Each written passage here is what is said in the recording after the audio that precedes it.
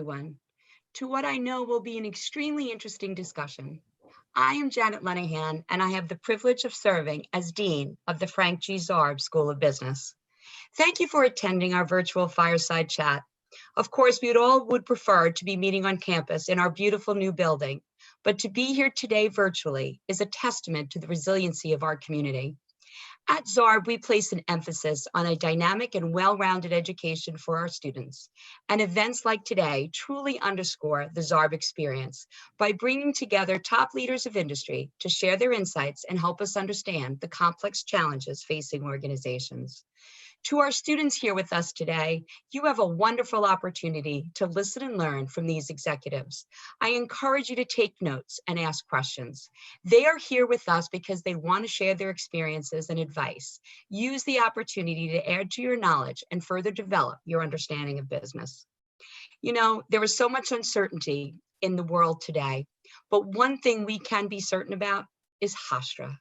We are a caring community, and sessions like today are evidence of our strong connections to our alums and to industry leaders who want to help you achieve your goals. Before the introduction, just let me mention, all questions can be posted into the comments section on YouTube. We will then relay them to our speakers. Now let me introduce our esteemed speakers. Reece Fitzpatrick is the Global Marketing Head for Allergy and Cough and Cold at Bayer, where he is a leader and brand builder, driving market growth, focusing on consumer insights, advertising, and activation. He spent the last 19 years at Bayer, working his way up from brand manager to his current role. He has spent time in various divisions in Bayer's brands, including personal care, Aspirin and Midol, Aleve and Alka-Seltzer Plus, and One-A-Day vitamins. As Vice President of Marketing for Bayer's personal care division, he was responsible for the overall business strategy, marketing, and operations management. His experience also includes leading strategic planning, portfolio management, and analytics. He led the implementation of portfolio management strategy, including investment decisions across brands and retailers, and led an analytics team to drive consumer insights to brands and customer teams.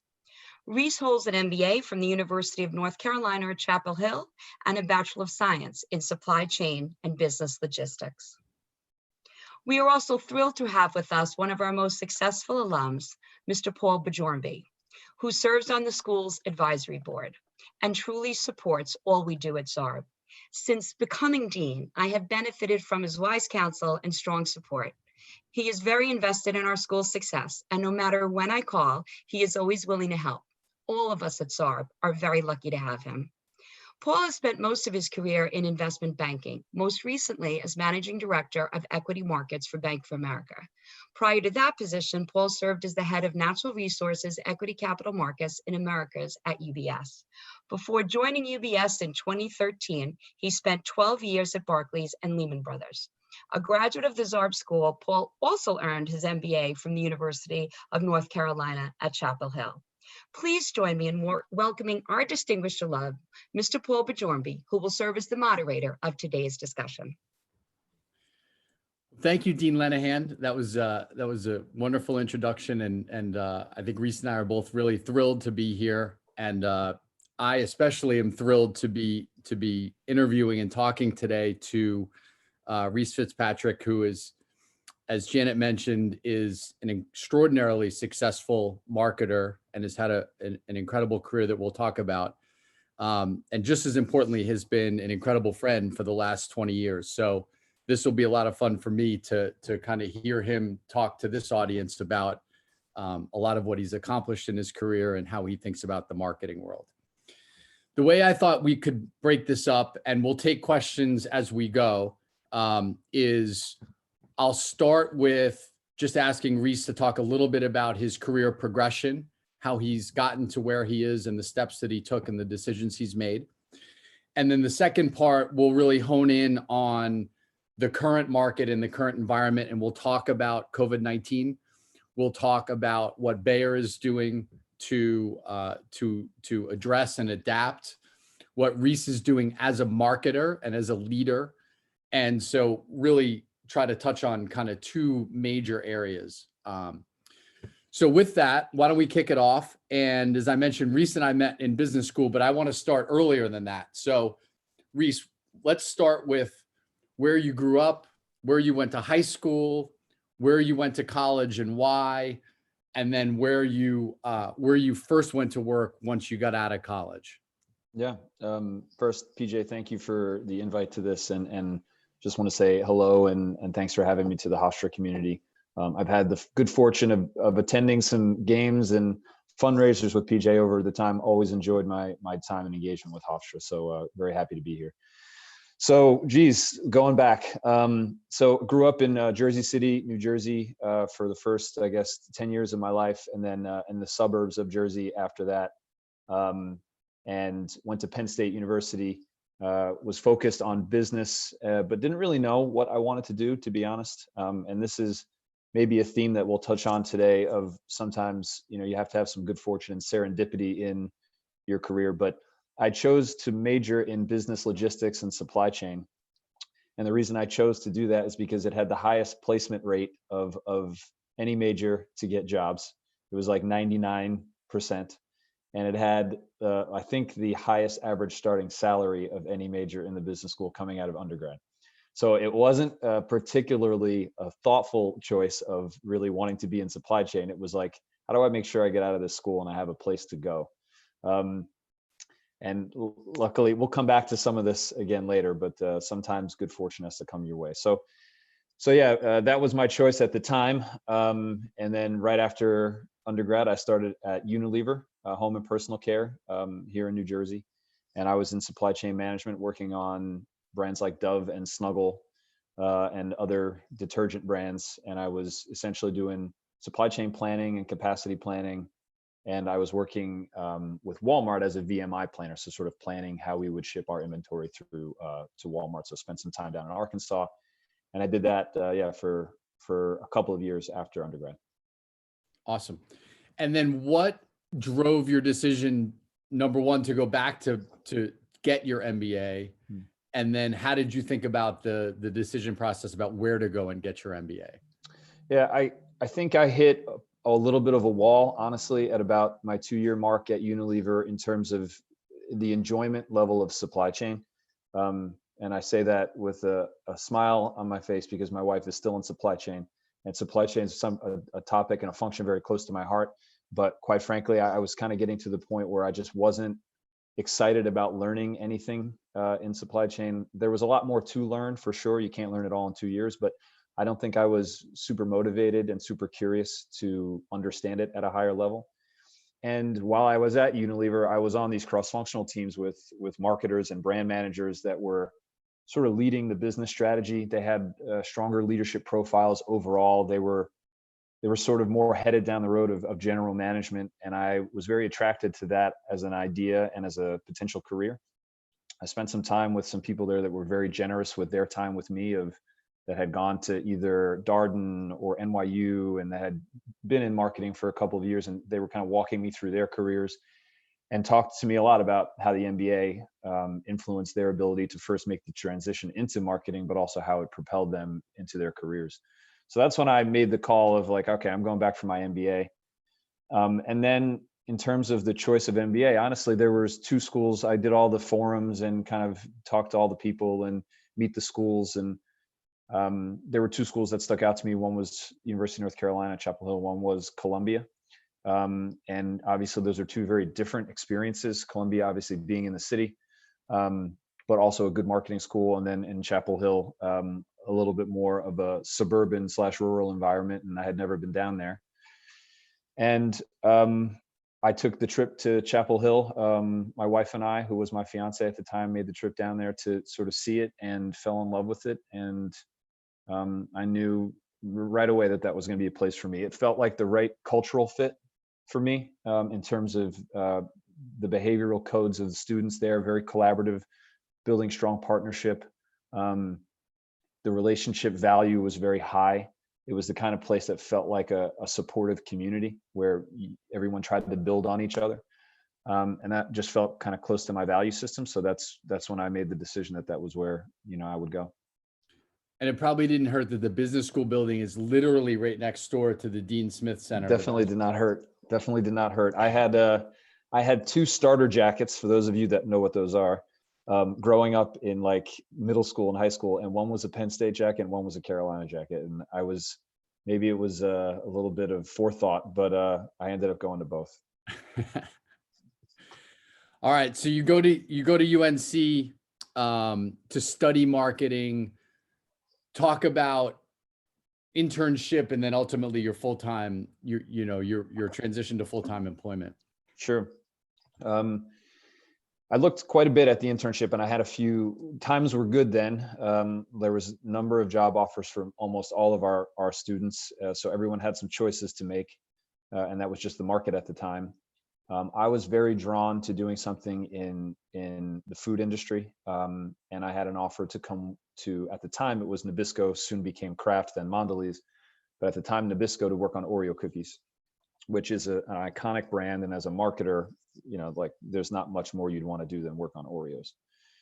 There's still a bunch of packages of Oreos in my house right now. So I did that work, did that internship. I enjoyed it, but I would say that I had an opportunity to go back, but there was something about the intrinsic value of working in cookies and crackers that maybe I had overestimated.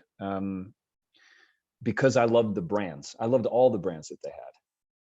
And I was a consumer of it. So, but I was missing that certain other little piece. And for me, that's sort of what redirected me my second year when I was doing my job search to focus a bit more on companies and brands and products that I thought could have a positive impact on people at large. So I focused a little bit more in life sciences, over-the-counter healthcare, and in the end was kind of choosing between J&J and Bayer, and ended up making the choice to come to Bayer. Awesome. So you move back to New Jersey, back to where it all started. And then let's maybe quickly go through the jobs that you've held over the course of your career at Bayer, and maybe touch on some of the, particularly I love some of the iconic brands that you've worked on over your time there. Yeah, I mean, I won't go through all of them, but I mean, I've worked on basically all the legacy Bayer brands. So Alka-Seltzer Plus, One A Day vitamins, worked quite a bit on those for many years. I led the Aspirin business in the US for a number of years. So I worked in multiple categories, whether it be cough, cold, nutritionals, pain, cardio. Then I had the opportunity to go up to Canada to be the general manager of our business up there. We call it a country division head, where I got exposure to, even though Canada, obviously our North American partners, but a very different market in terms of the retail setup, in terms of the brand portfolio that we had there. So that was an unbelievable experience that I'm sure we'll talk more about, but probably the most pivotal and transformational in my career. Came back then to the US, and we had just made the acquisition of the Merck consumer brands like Claritin, Dr. Scholl's, Coppertone, Miralax. So I worked on the integration of those brands into our portfolio. And then coming out of that, I took over leadership of the Dr. Scholl's business, and ran that business for a few years. We made the difficult decision to sell the business. We weren't really feeling like the natural owner of that business. I think I would say it felt the same way about Coppertone, even though I didn't work on the Coppertone business. So I was moved off the business, and then put into this role that I've been in now, which is leading our global allergy and cough cold business. Some great brands, Claritin being the primary one. It's our largest global brand. It's the #1 global brand in allergy. And brands in the US on the cold side, like Alka-Seltzer Plus, Corcidin HBP, which is for people with high blood pressure, Aspirin nasal spray, and then a number of different brands around the world. We don't have necessarily like a Claritin like we have on allergy, one big global brand. We have a number of regional brands that play a very important role.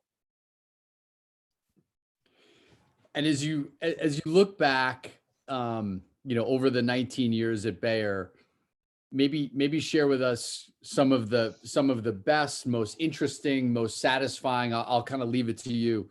What are some of the best things that you've done during your career? Things you're most maybe proud of from a work perspective? Yeah, it's a good question. I would say maybe I'll tell a little bit of a story about some success I had and then a transition. But I was the director. My first director job was being the director of Bayer Aspirin. I was probably at that point like 8 years into my career, and I was on the aspirin business for about 3 years. It was a brand that hadn't really grown in about a decade, and we had a 3-year growth trajectory. We probably had a CAGR of about 12%. So we had a really good run on what is a very mature brand. So I was feeling very good from a career standpoint. I was feeling like I validated myself as a marketer. We did some really amazing things with the consumer. And then I had this interesting pivot where we did like 360 feedback on all of our leadership at the time. And what I realized was that my team was pretty miserable. That I was leading a team of people that we were having tremendous success, but they were unhappy with maybe the way I was leading. And as I reflected on it and had conversations with mentors and others, I was driving so hard on the business side to try to gain the success that I had sort of forgotten that touch of leadership on people and about relationship building, about empowerment, and about serving as a leader. So it was such an interesting time because you're having this tremendous career success, but then you have this moment of like, oh wow, this is one of those pivot points where it's like it could go either way. And a mentor of mine said to me, like, and this was really changed me quite a bit, but said, the things that got you to where you are today will be the things that will keep you from getting to where you want to go for the next 10 years. And I sort of had that reflection of like, wow, that's this is a time for me to sort of, again, go back and think about how I might change my approach as a leader. So made some changes and, had definitely a more servant leadership type approach. And then I got a call from this mentor who was also, frankly, my boss at the time. And he said, I have an opportunity for you. Would you like to go up to Canada to be the country head? The business is in a bad place. The team is in a bad place, lacking leadership. You're going to go up there as the American, and they're probably going to not like you very much because you're an outsider. You've never been to the country before. I had never been to Canada. And you don't play hockey. I don't play hockey. I don't even like hockey or curling. But it was like, and I remember calling my wife and being like, wow, what do you think? And she sent me a text of a Canadian flag. And I was like, all right, okay, so we're going to do this. And I commuted to that job in Toronto. I left Monday mornings, my house at 3 a.m., was in the office in Toronto by 8. I left Thursday nights, came home, got home like 10 p.m. and I was still running the US aspirin business. So I was actually doing double duty at the time.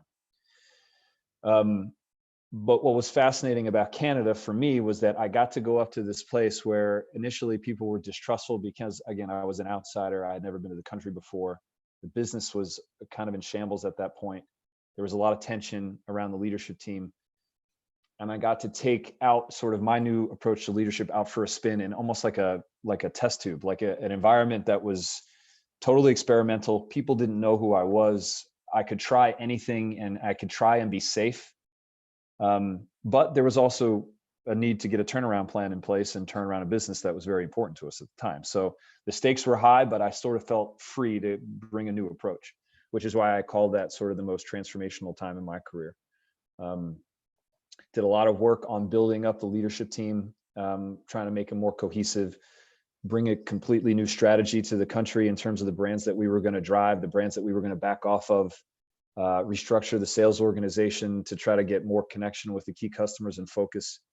And it was exhilarating. It was exhausting because I had 2 jobs at the time. My children were, I think, 3 and 6 at the time. I was commuting to Canada for 4 days a week I think I was doing that for about 9 months. But I left that experience sort of knowing like what I wanted to be as a leader, like forget as a business person, but as a leader, what kind of person I wanted to be. And, then I tried to take that forward with me to the rest of the roles that I've had. That's awesome. That's awesome. And I think just in knowing you, certainly over the last 10 years, you definitely think a lot about leadership, and you think a lot about what leadership looks like and how it sounds, and certainly what it doesn't look like. And you know, I see it in our friendship, and I see it in your day-to-day life, but it certainly sounds like it has a lot of its origins from work. You know, one of the things that I'd love for you to talk about, and I think, you know, as a lot of the students on this YouTube conversation are in school and thinking about a career, I think today a lot of, you know, what people think about is, I'm going to get a job when I get out of school, and I'll do that for a couple of years, and then I'll see where it takes me, and I'll go work somewhere else, and I'll do 2, 3, 4, 8, 10 different things. You're somewhat unique in that you spent 19 years since graduate school at one place. Talk about kind of why you've decided to stay. You don't have to go into detail, but maybe opportunities that you've seen that you've ultimately turned down. But really what I'm getting at is kind of, why have you stayed at one firm for 20 years when that today is so rare? Good question. I think it is a little bit rare, and it was definitely never the plan. I could not have imagined when I came to Bayer that I'd still be here 19 years later, just because I didn't think that actually happened anymore. But I think it comes down to why I've stayed, and I guess there's a few reasons why I would highlight why I'm still at Bayer. One, I've always felt challenged in the roles that I've had, and that I was developing in those roles. So each time I've been in a role, I felt like I was learning something that I could apply that could make me better and better prepare me for the next role. Number two, the company's always had a good, I think, view of me, and my progression in my career has always matched with my own ambition. That's always the challenge when your ambition doesn't match what the company's thinking of you is, or the company's ambition for you. My ambition for myself and the company's ambition for me have always sort of matched. A wise person and another mentor told me that, like, no one's ever gotten a promotion that they didn't think was 6 months too late, but I've always had patience. Like, you know, I've always felt like when I felt like I was ready for the next level or another role, if it wasn't that day, I had a little bit of patience to it, because I knew that the company still thought of me a certain way. And I'd say the other two reasons I've stayed are, first, the people that I've worked with over the years have always been incredibly collaborative, great partners, incredibly smart people that I could learn from. I've had tremendous mentors in that place, that are still mentors today. So the relationships and going to work every day has always been a joy. And then probably the last thing for me is that I've enjoyed working in brands on multiple categories that I feel like are having a positive impact on someone's life. And I mentioned that earlier about that intrinsic value of, like, you know, at some point in my career, I wanted to be a business person. And then I realized that I didn't just want to manage widgets that were, you know, not going to help people. I wanted to work on products that I believed in that could help benefit people's lives. And I feel like I've always had that opportunity, even on Dr. Scholl's, which you would go, really, Reece, your Dr. Scholl's impacts people's lives. But then we ran all these programs for people that were on their feet all day. Again, it was pre-COVID, but like frontline workers. And now they're doing a big push on frontline workers, because when you're on your feet all day, if you're standing on an insult, it can really help your full body feel better through the course of a long day. So I always took, even on Scholl's, I took away some intrinsic value. And I still have that today with allergy and cough cold. So those are the key reasons I've stayed. In terms of your other question on other things I've looked at, yeah, I've taken calls, I've had outside interviews, I have looked at other roles, and I've had offers, and I never found anything that I thought was better for me than where I was and where I thought I was going at the time at Bayer. I mean, it was a real simple equation. I try not to overthink it. You remember some of them because you and I debated them, and I use you as a kind of a point of reference and to check me and to make sure I was going through the right decision-making, and some of our other friends as well. And in the end, I always just felt like I was in the right place. And you got to trust at some point in your career, you got to trust your gut and your intuition. And my intuition's always told me to stay, at least so far.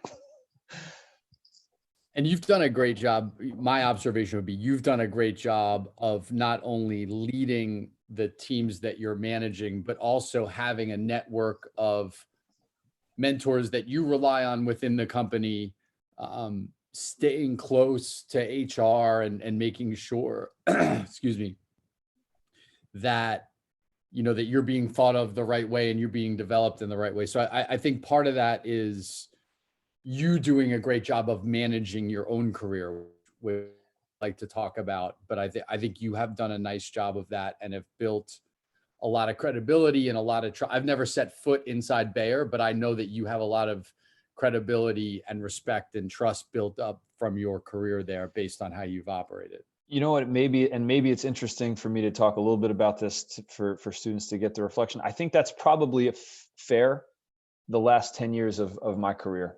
I would say the first 9 years of my career at Bayer, even to the point where I was a director and getting that opportunity to go to Canada, I undermanaged my career. Like I just kind of thought, keep your head down, be good at the job. Yes, have good relationships in place, but it'll kind of all work out. Like I was never one to sort of push to say like, could I have that role? Could I go that place, that job? And almost to my detriment, I would say, if I could go back, I probably would have had more thought in planning out my career to a higher degree, not over planning it, but more than I did. But I was super, super lucky to have people in the company that believed in me because of the work I had done and because of the relationships I had in place. And I had several people that opened doors for me that I didn't even know I wanted them to be opened. Not only did they open them, they sort of kicked me in the butt to go through them. And again, you talk about career management, like there's an awful lot of serendipity involved in it. Like there's timing, there's luck, there's the people you come across. I've been incredibly fortunate to have people that always did that for me, which is why in turn now, whenever I can, I try to be a door opener for other people. And the value in that on both sides of that equation is incredibly high. Sure. So good question came in. So since you've stayed at Bayer for 2 decades, how have you adapted to different times, different positions, different people? How do you stay nimble, or how do you focus on staying nimble while remaining at the same company? Listen, when someone says 2 decades, it makes me feel way older than when I say 19 years, although there's only 1 year difference. But yes, it's true, 2 decades. Good question. It's funny, I've worked for Bayer for 19 years, but I feel like I've worked for 4 different companies. There have been 4 iterations of Bayer in the 19 years I've been there. So my resume, my CV says 1 company, but honestly, I would tell people I've worked for 4 companies. When I started at Bayer, we were like number 11 or 12 in the US. We were really, really small. We did not have a global presence. And we were small, nimble, entrepreneurial in nature. About 5-6 years later, we made an acquisition of Roche, which was a global acquisition that gave us a global infrastructure, new brands, added a lot more structure into the organization, made it more complicated maybe to do business until you figure out how to work with people across the world. Then there was the acquisition of Merck, which then made us an enormous player. We were number 1 in the US all of a sudden, but 2 different companies, 2 different cultures merging. And it really was, we acquired Merck, but it was a merger. It was a 50-50 in the marketing department. It was half the people came from Merck, half the people came from Bayer. So cultural clash, but also like, how do we run these businesses? So that was an interesting time. And then we had a change in leadership about 2 years ago at the senior levels of the leadership in North America and for global consumer health. And they completely revamped the approach to managing the business. So having been through those 4 iterations, I've learned a lot. But the thing that's probably kept me, again, maybe successful, but also getting through all that is to be incredibly adaptable and to have a high learning agility. Like those are the things that I kind of pride myself on. So I'm always looking to try to see how I can be better. And in order to be better, you've got to be challenged and you've got to learn things along the way. So in any of those situations, I'm sort of trying to pick out like, what can I take from this? What can I take from this? How can this make me better? Even just exposure to a different kind of leadership the last 2 years or so that I've been around has colored my opinion on leadership and challenged me in being even better as a business person too, like not just the leadership side, but on the business side.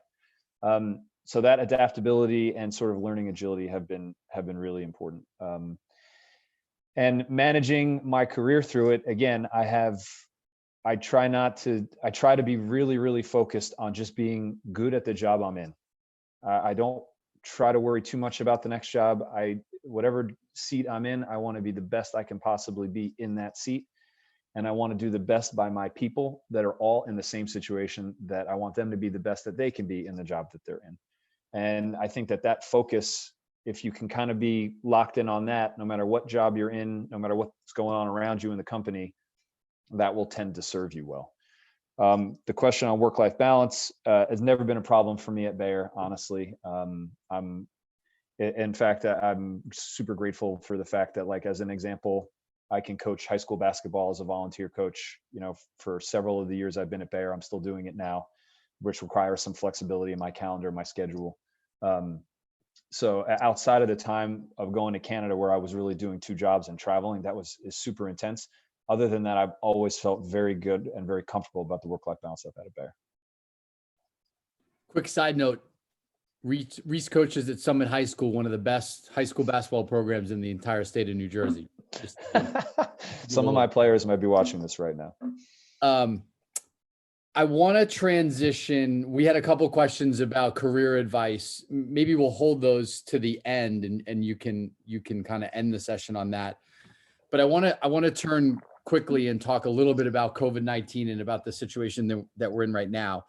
Talk to us about how the company, how Bayer at the corporate level responded during the early days and weeks of COVID-19, and what was the communication like within the company, and really when did it start to ramp up? Because I imagine it probably was a big deal at Bayer before it was a big deal at Hofstra or in the financial services industry or other places.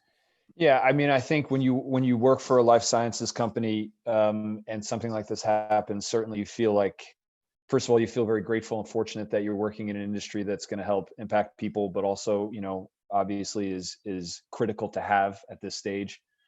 But you also feel like you're getting good information about what's happening. And the fact that my wife was at J&J, like we between both of us getting, news and notes and feedback from CEOs and boards and doctors, I think we feel pretty well informed. But yes, Bayer did a great job, was very early on the learning curve here. We were the first major multinational in New Jersey to close the office and to have people work from home. So we were probably a week ahead of most. And that was a smart call because obviously we know what has happened since. And very quickly adapted to, sort of a work from home situation and how we were going to be nimble with that. They did operational things like increasing bandwidth, bringing in Microsoft Teams and Zoom for further usage and more licensing and making sure that the systems were all up and running. But the first and foremost thing they did, and every meeting that I've had and even been a part of where our CEO speaks or our president of consumer health speaks, who's also in Switzerland, it starts off with safety of employees. Like number one, first, foremost, here's where we are on the safety of our employees. Let us give you an update. Here's how many of our employees have been impacted. Here's how many of their families have impacted. Here are the things we're doing to help support them. And when, again, in a situation like this, when there's so much anxiety and uncertainty, there's a consistency and a cadence in that makes me feel really good that we're taking care of people first. And then the company, I thought, has done some amazing things to help make it a little bit easier on everybody. So things like, okay, they paid out bonuses to all US employees a month before was scheduled because they thought that people might need a little cash in their pocket. Like bringing on experts to talk about anxiety and mindfulness and things that we could do to help manage people's emotional toll that it was taking on people. To start telemedicine for employees that needed telemedicine at a super discounted rate through Bayer where you could, if you were somebody in your house was unhealthy and it wasn't COVID related, you could have that appointment. Just a number of resources that they've kind of put out for employees at this point to say, this is a new normal, but we want to look after your mental and your physical wellness. And for that, again, super, super grateful. And I think a great response by the company. That's awesome. So shifting a little bit now to you as the head of the allergy and cold and cough business, what are you doing differently now versus 6 months ago as a result of COVID from a marketing? We'll focus first on marketing, and then I want to talk about kind of leadership and communication. But from a marketing perspective, what are you doing differently now versus 6 months ago or a year ago?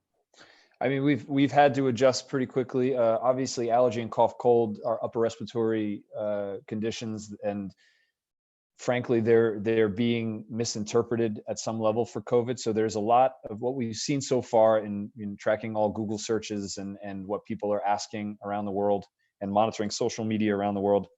We see a tremendous amount of confusion, at least at the early stages of COVID, between allergy, cough, cold, and COVID.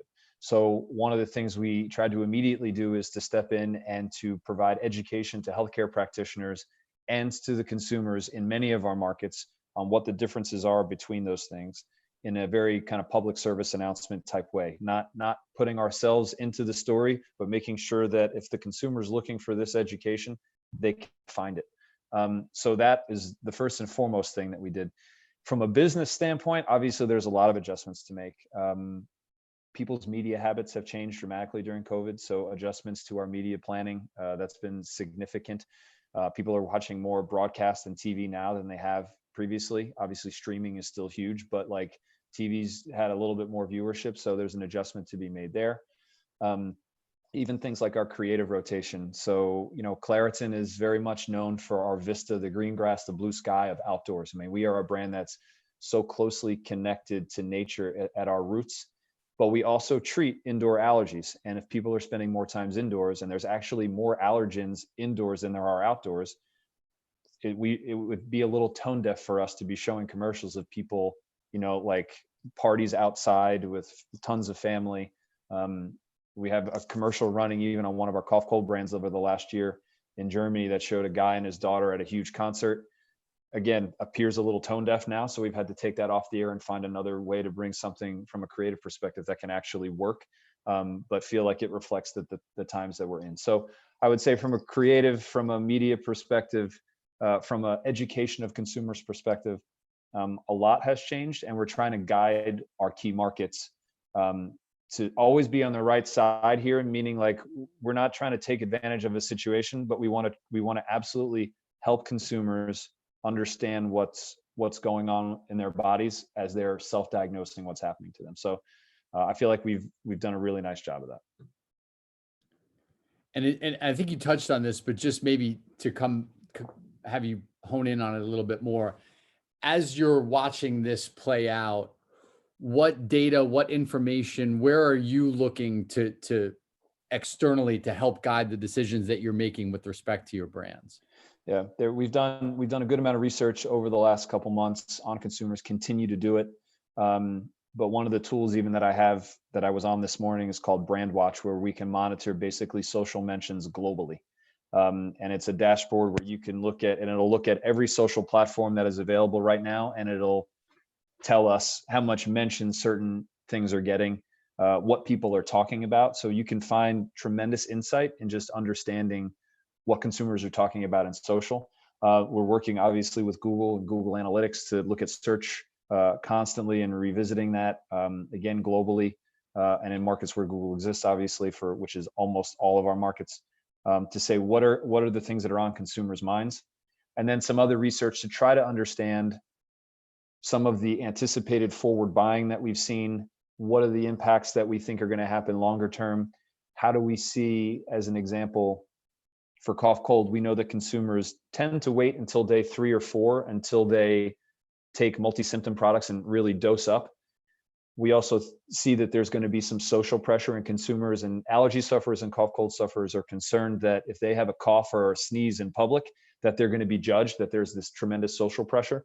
So there's a thought that they're not going to wait till day 3 or 4 till they dose. They're going to dose immediately and with a lot of product, like the maximum product they can take to make sure that they're not in public showing signs. So I think we've done a good job of trying to learn where we are today, but I think there's so much to learn about what's going to happen in the post-COVID world. But I think we're off to a good start in trying to at least keep our fingers on the pulse of how consumers are thinking and behaving today. It's awesome. Another one came in that I think is along the same line. So the question is, given the boom in e-commerce and the logistical challenges that we're all facing right now, what does fulfillment look like at Bayer currently, and how do you see that shaping up here over the next days, weeks, months? If there are like heroes in our company, I mean, the real heroes are on obviously the critical workers and the people on the front line, but to keep our company operational within Bayer, the heroes are the people in the plants and the people in operations and logistics right now. Like our plants are still basically all operational. We're still producing product. We're still shipping product. And people need product. Like people need relief of the symptoms that they're suffering from. It's a particularly tough allergy year this year in the US. Pollen levels are super, super high. So people need to have products that relieve those symptoms. So tremendous job by our operations and supply chain team. Our fulfillment levels look really good after what I think was a challenging March because of all the forward buying before the pandemic really hit hard and before everything was closed down. But rebuilt very quickly, and I think we're in a pretty good position operationally right now to continue to deliver products to people that need it. It's awesome. All right, so at this point, I want to shift gears again just a little bit. So away from your role at Bayer, but more as a student of marketing, if you will, and a consumer of marketing and advertising. What are you seeing, whether it's on TV, whether it's on social media? What are you seeing in the marketing world that you think is working? And it doesn't have to be, it doesn't have to be a competitor's cold and cough brand necessarily, but just across the marketing landscape. What to you is working, and where is money being spent wisely, in your opinion? Yeah, I think good question, and something that we talk quite a bit about. I think let me start by saying, in the environment we're in today, like it's not just business as usual. So everyone's trying to adjust, but I think some of the adjustments strike me very positively that some brands and companies have made, and some of it strikes me as a little bit maybe off the brand's authentic purpose. So, but I think everyone's going through a process right now of trying to be empathetic and super aware of how consumers are changing, like how their daily life has changed. Everyone's trying to understand what people need right now, like what are consumers asking for.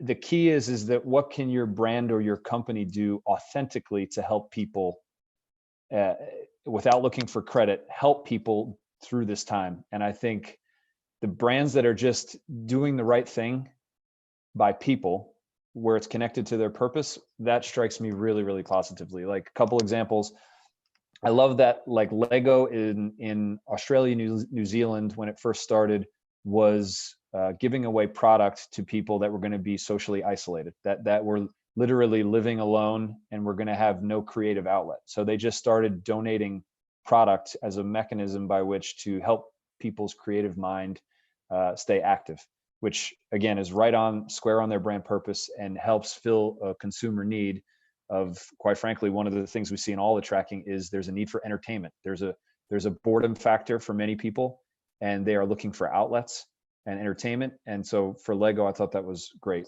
Something closer to home. Some of you may be familiar with the grocery chain Publix. Publix is a chain focused primarily in the Florida area. But they're a family company. They're known for their level of service and care for the community. So they started buying up produce and dairy from farmers that otherwise were throwing it away. And we've all seen some of the footage of that. And they were taking that product and immediately turning and donating it to Feeding America. So very close to the values of their company, to the core of Publix sort of community-driven purpose, and the way that they even treat their employees, and giving that food to Feeding America, but supporting sort of the ecosystem of growing food and shipping food and feeding people with it. I thought amazing work.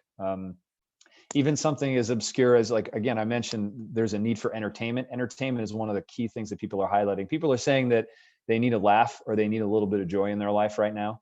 I thought what Disney and ESPN did by releasing content early on Disney Plus, some of the movies that were scheduled to be released to theaters, they released directly to Disney Plus. Even the Jordan documentary, which everyone's watching or most people are watching, was supposed to be in June. They moved it up. You'd say, oh, not a big deal. Well, you know what? I thought a really good thing to do for people to give everyone something to look forward to on a Sunday night and filling a real need that consumers have. So things like that strike me as good moves to make. I mean, there's been some stuff out there that I've seen and sort of winced at a little bit or had a reaction to.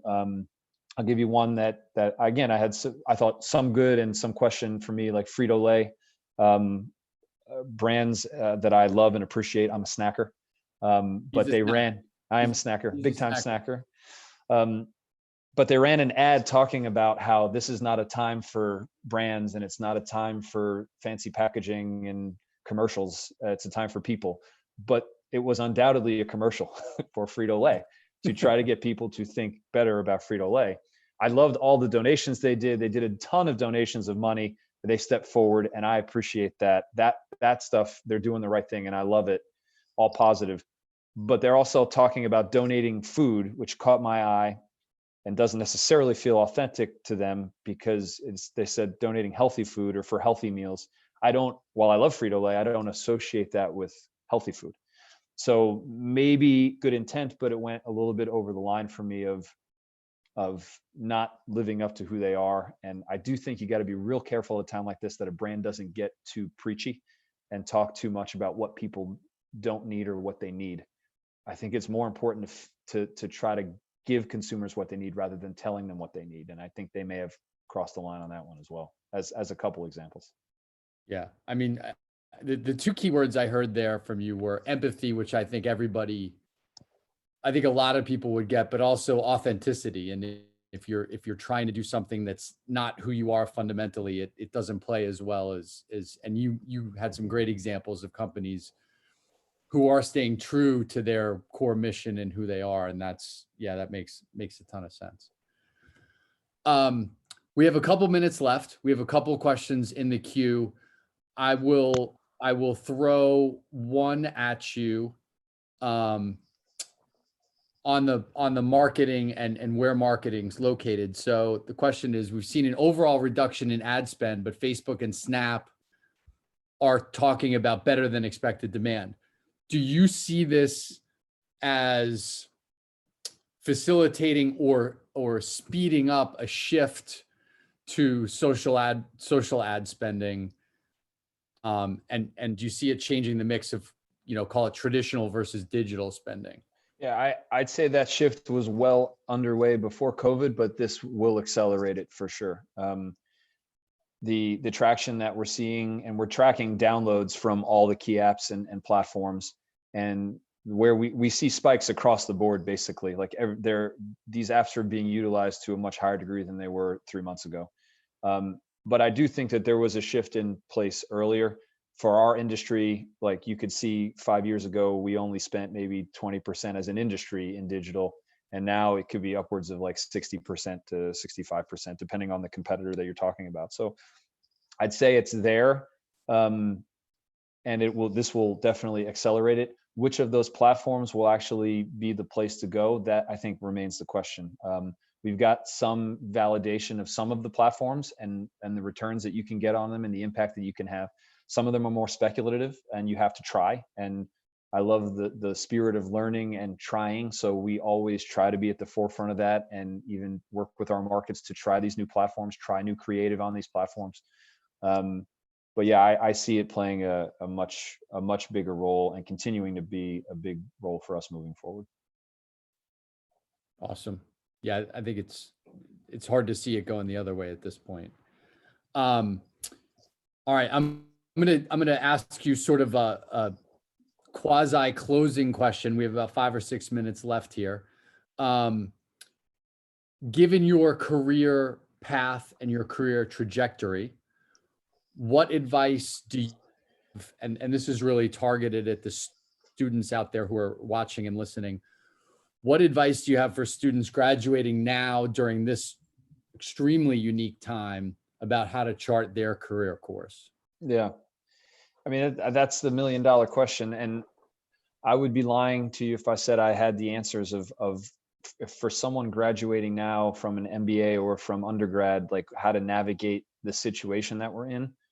What I can tell you is that I think that the pieces that at least I have relied on in my career and to build it are things that will always be useful, even in a post-COVID world.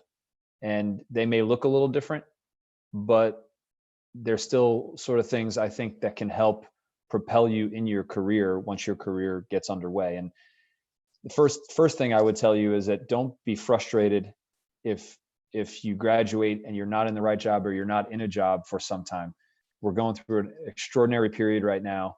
Don't let that allow you to get down on yourself, your abilities, your aptitude, and eventually your contribution that will come, because it will come and things will change, and jobs will be there. If there's a slight delay in the start of the career in the way that you want it, just keep going, keep moving forward, and keep mentally ahead of the game, and don't let yourself get too down about it. But I would say once it does get started, here are some things that, at least for me, have been important factors to note, again, with the benefit of hindsight. Some of these I did, and like I said, some of them I didn't do very well. But it is good to be thoughtful about your career. I mentioned before that I was not as thoughtful about it in the first 9 years of even post MBA, of exactly what I wanted to do, where I wanted to be. And you don't have to pick out exactly the jobs you want, but it's good to have a general direction of where you want to go. I'd say it's equally good to have the ability to change that plan rapidly should opportunities come, should a door be opened for you, or should situations and contexts in the world change at large. Be willing to change that plan, but you should go in having a general idea of what your plan is. I would say be aware, always important to be aware of what you're good at, but also what you need to improve upon. Once you have that, and that'll change, by the way, that needs to be revisited over and over again.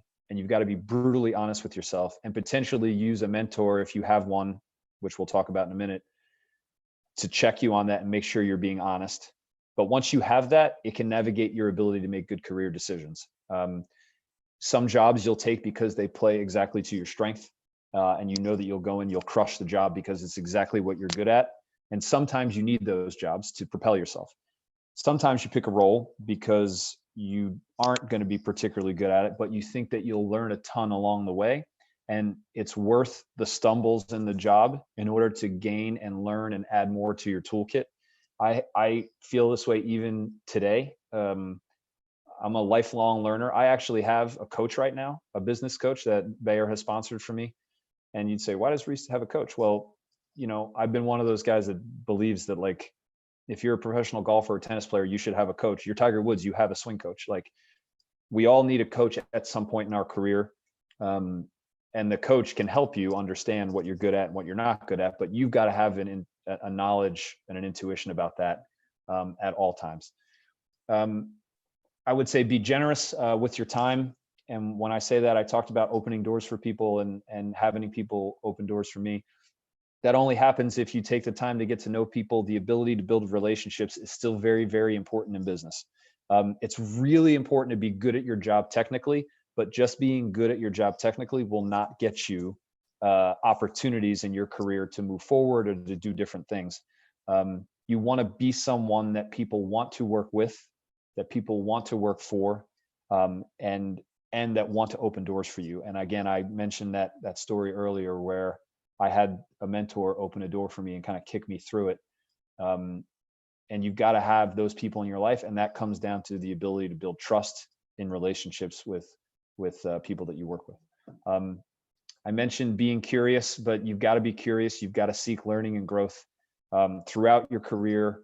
No matter if you're the CEO or you are on the entry-level job, you've got to be curious. And if you find that you're in a job that your curiosity is waning, find a new job. Like, if you're not learning and if you're not seeking learning in that job, then it's time to get a new one. I have been at points of that in my career at Bayer where I feel like, oh gosh, if I don't get out of this job, like, I feel like my brain is drying up. If I don't get to a new job and learn something new, boy, this is going to be hard. And then wouldn't you know it, then the job comes and right at the right time. But if you feel like you're not curious and you're not learning, look for something else. And then, and this is sort of an overarching piece that I've talked about today, but be a mentee and a mentor when the time is right. Mentors can keep you honest. They can challenge you. They can give counsel. They listen. They can help shape some of your thinking, because you just don't know what you don't know. And even now, I tap into my mentors constantly. Have mentors in the company that you're in, but really important to have mentors outside of the company as well. And I have found that the balance of that helps me quite a bit, so that I'm not always just talking to people that are inside the organization that I'm in at the time. And then as you get to a point later in your career, there's great value in being mentors to others. And I have found that some of the most important business relationships I've had have been with mentors and with the mentees that I have today. So those are sort of I guess, the principles by which I've tried to manage my career. Again, it hasn't been perfect. There's been lots of stumbles. But I have always found that when I reflect a bit, that these are the things that have kept me sort of going in the right direction. Awesome. I think we'll end it there, and I'll turn it back to Dean Lanahan in a second. But Reece, my friend, thank you so much for your time. It's been very generous of you, and it's been wonderful to share your experience with this community. And so just thank you. And I hope to see you someday soon on a golf course or a beach somewhere in New Jersey. Yeah, that would be good. Thank you for this, PJ. Appreciate it. And I just want to echo, what PJ said. Reece, this has been really terrific. Your insights and your advice to our students was really spot on, and one that resonated the most, I think, for me, is the commitment to lifelong learning. And it's something that we really talk about at Zarb with our students and try to instill in them, because that's something that makes for a much more meaningful and fulfilling life. And so I appreciate all of your insights and for spending so much time with us here at Zarb. You have an open invitation to come to campus, and we will show you around our beautiful new building and take you over to a lacrosse game so we're not just looking at Paul's background, but actually there enjoying it. I'm sure to take you up on that. I'm sure I'll be there quite a bit cheering on.